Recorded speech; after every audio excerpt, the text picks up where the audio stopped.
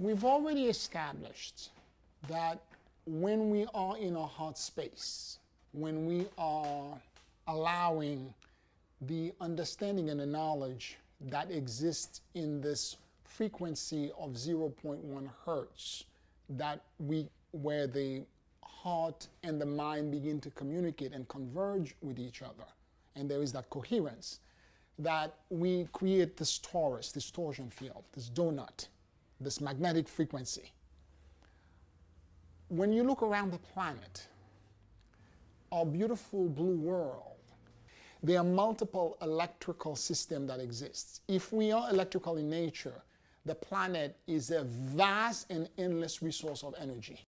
The fact that we are now taking or creating energy by using oil or by burning coal is a sad state that we're in, because there is endless amount of energy that exists. Okay? For one thing, there's something called telluric energy. It is an electrical energy, low voltage electrical energy that exists, and it moves with the light of the sun. It moves from the pole to the very equator of the planet, and then at night it reverses.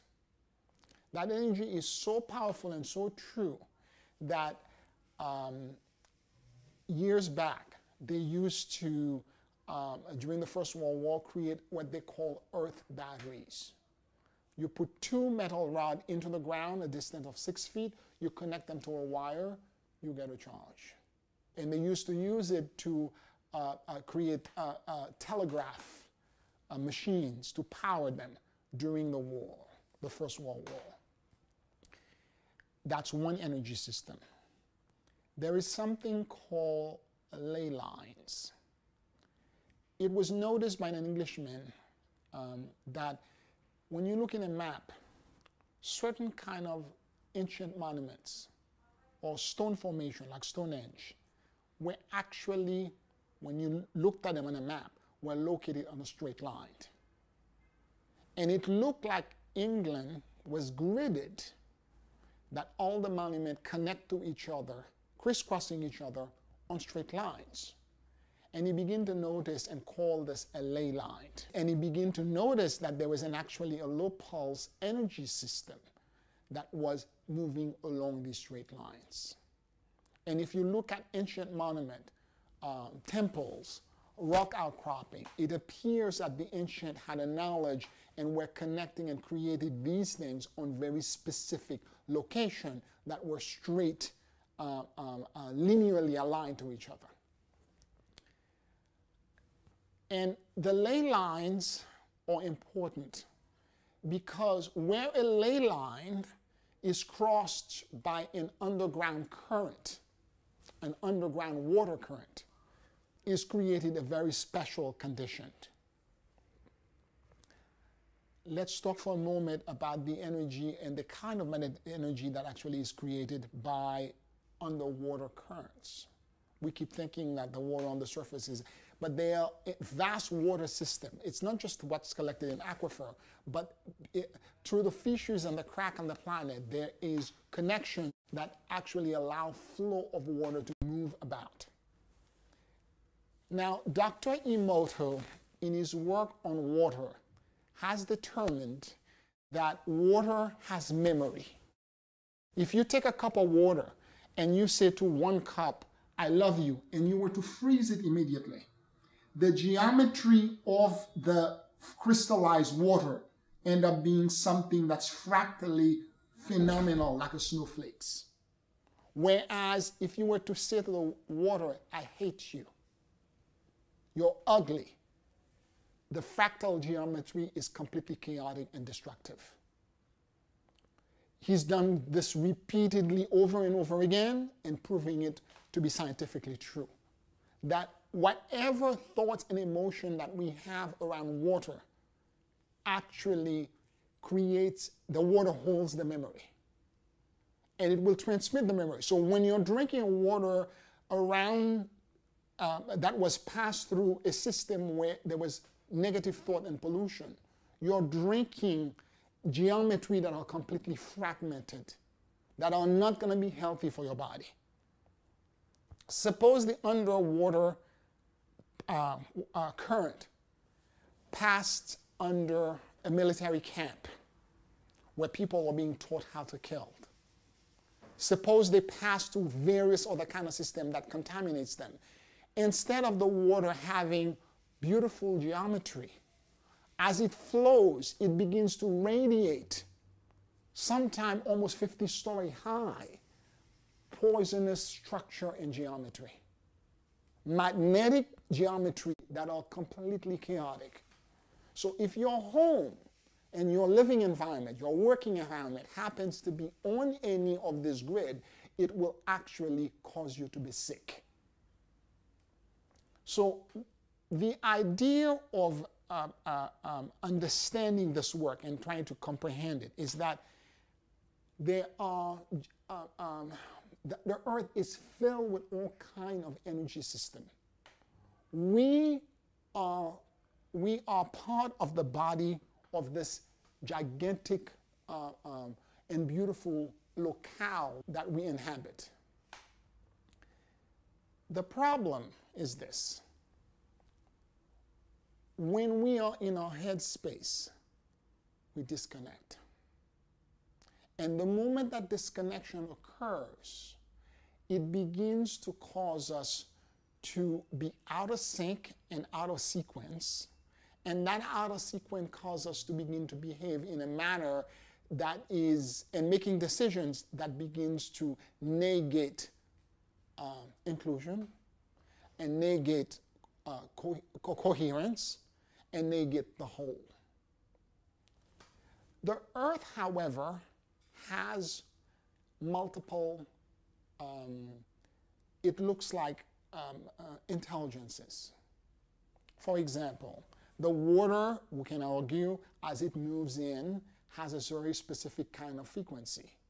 The ley line may have a different frequency. The telluric current may have a different frequency. And those frequencies can be measured.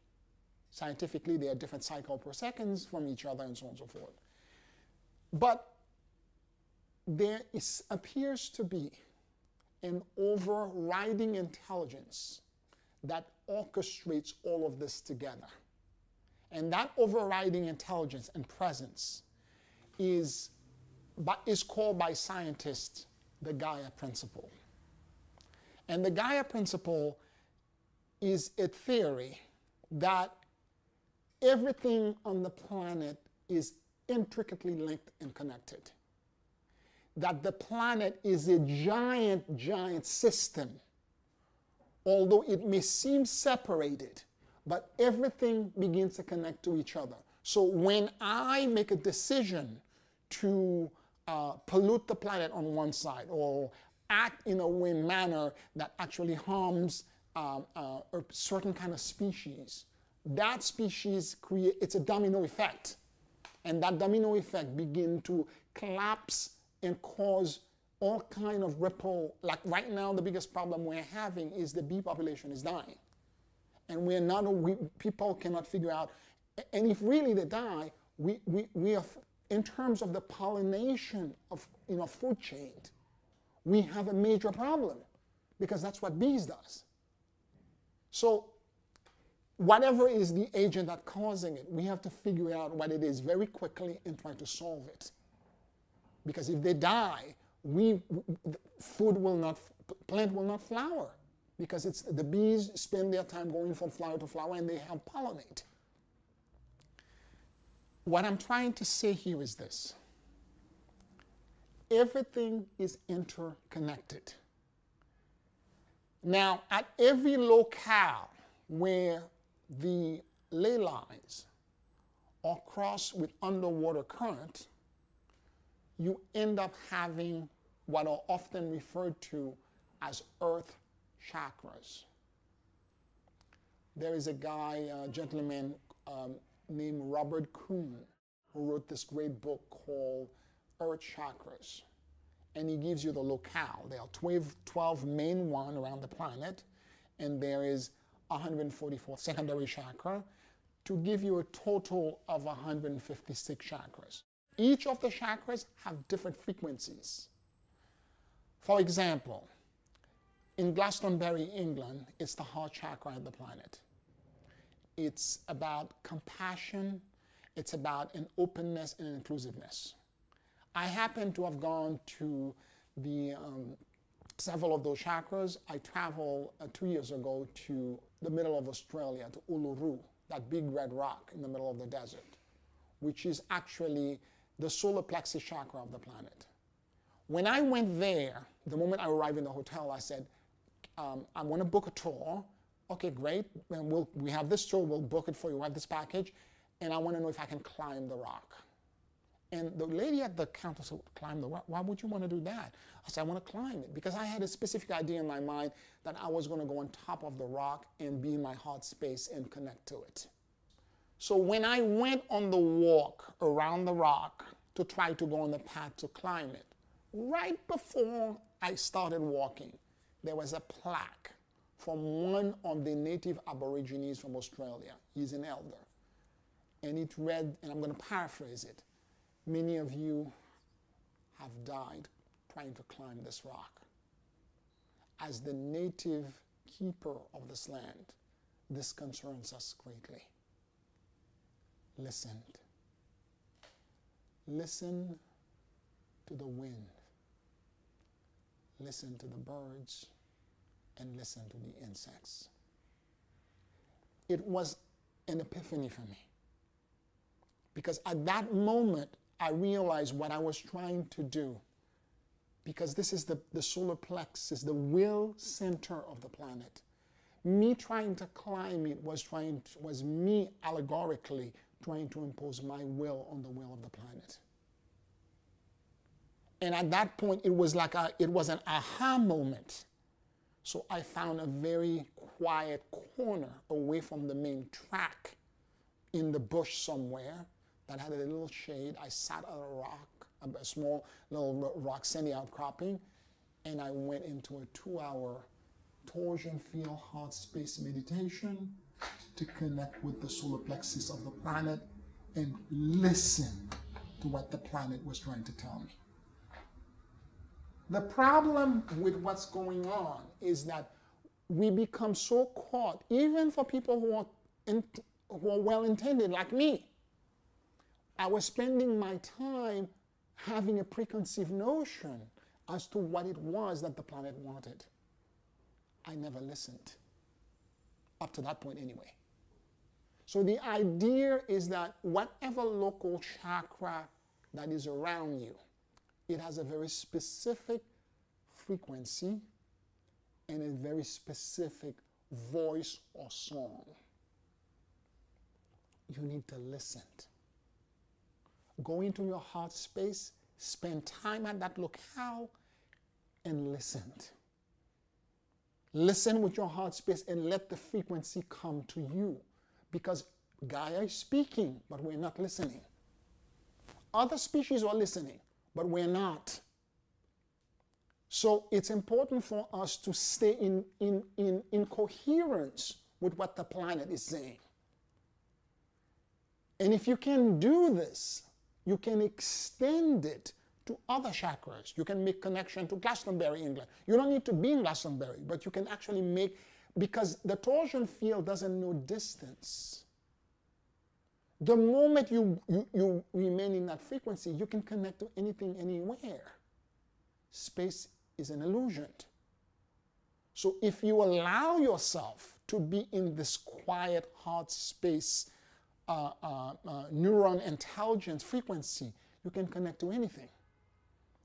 So the idea is that you can connect to all of the chakras, but more importantly, you can connect to the very core and center of the planet. You can drop yourself off. The core of the planet is a fiery ball, but that fiery ball has, and it's two counter-rotating pieces that creates the magnetosphere that protects us from, outer space debris and even the solar flares.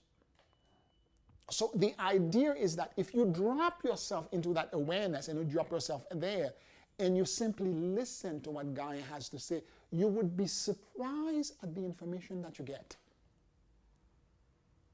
Now, if you can do this, that's the second step of this alignment that we're talking about, is to drop yourself into a state of receptivity where you begin to see yourself not so much as someone that's going to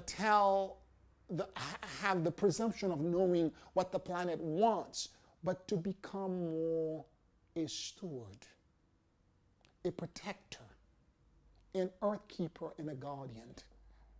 Somebody that will listen to what the desires and the want and the voices of Gaia is and will attempt to implement it. As the sentient life form on this planet, this was our original role. And we veered off way off course. It is important for us to realize that this alignment that we're trying to create, this axis, and us becoming the earth keepers and the guardian, we're not doing this to help save Gaia. And this is the important thing that I got during these connections. Gaia said to me very clearly, it is you that is in the process of making the planet hostile to your own survival.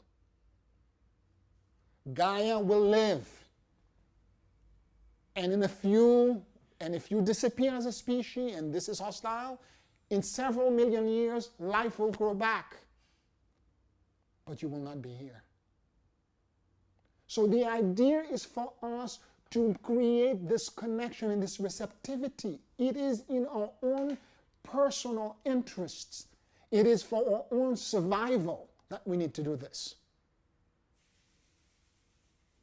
So I beg you, I beseech you, not on behalf of Gaia, but for our own sake, to allow the voices of the planet to reach you.